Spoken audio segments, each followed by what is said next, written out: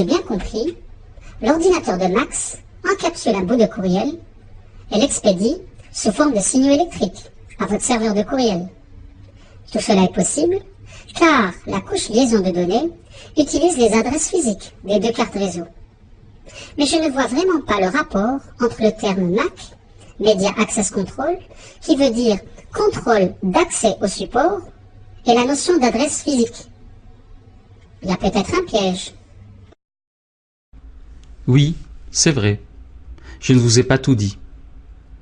Les deux couches basses, physique et liaison de données, sont proches de l'architecture du réseau et sont indépendantes des couches plus hautes.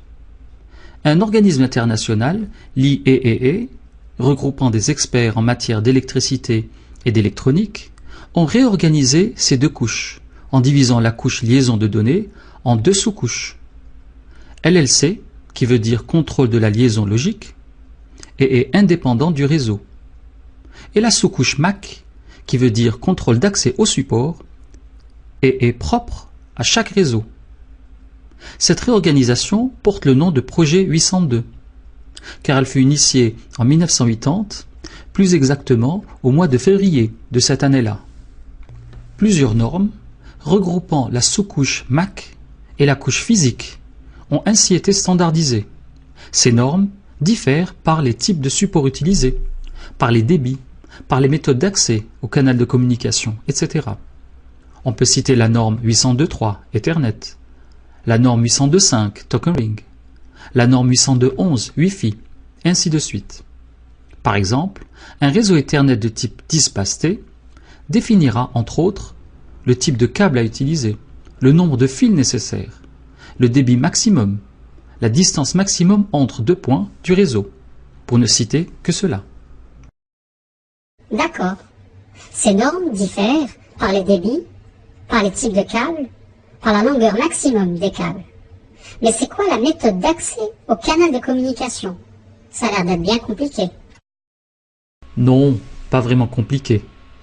Il faut juste bien comprendre certaines notions importantes, que sont les différentes topologies physiques et logiques. La manière de câbler des nœuds d'un réseau s'appelle la topologie physique. On peut avoir une topologie physique en anneau, en étoile ou encore en bus. Les topologies logiques ne s'intéressent pas au câblage, mais au déplacement des données entre deux nœuds d'un même réseau. La première est la contention. Avec cette méthode, chaque nœud écoute un canal commun de communication, et s'il est disponible, il émet.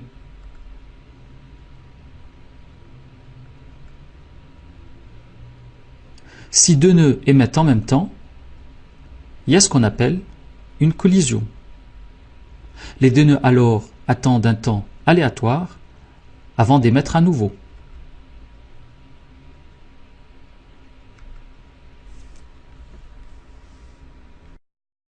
Il y a sûrement autre chose que les topologies en bus. Oui, il y a aussi l'interrogation, polling en anglais. Avec cette méthode, un équipement spécialisé est désigné comme l'administrateur de l'accès au canal. Il va s'occuper d'interroger les nœuds et organise la communication, à chacun son tour.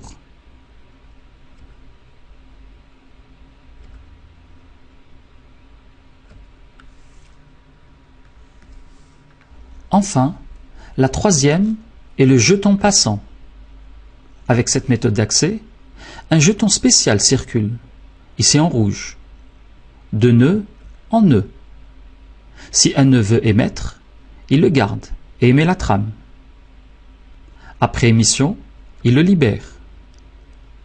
Et le jeton continue ses sauts. J'ai un peu perdu le fil. Rappelez-moi la relation entre ces topologies physiques et logiques et les normes 802. La méthode d'accès au support de communication des réseaux Ethernet est la contention, exactement comme je l'ai décrit précédemment. Plus précisément, une implémentation que l'on nomme CSMA-CD. Les nœuds écoutent le canal de communication commun et tentent de détecter les collisions avant d'émettre. La méthode d'accès au support des réseaux sans fil Wi-Fi est une variante de la contention, plus précisément une implémentation que l'on nomme CSMA-CA. Cette fois, l'accès au support de communication est basé sur l'évitement des collisions. Ce dernier protocole esquive les collisions. Une station qui veut émettre envoie d'abord un message contenant des informations sur le volume qu'elle souhaite expédier, ainsi que la vitesse de transmission. Le récepteur lui confirme qu'elle peut commencer à émettre. À réception de toutes les données, le récepteur envoie un accusé de réception. La chose importante à noter, c'est que durant ces échanges, les autres nœuds patientent.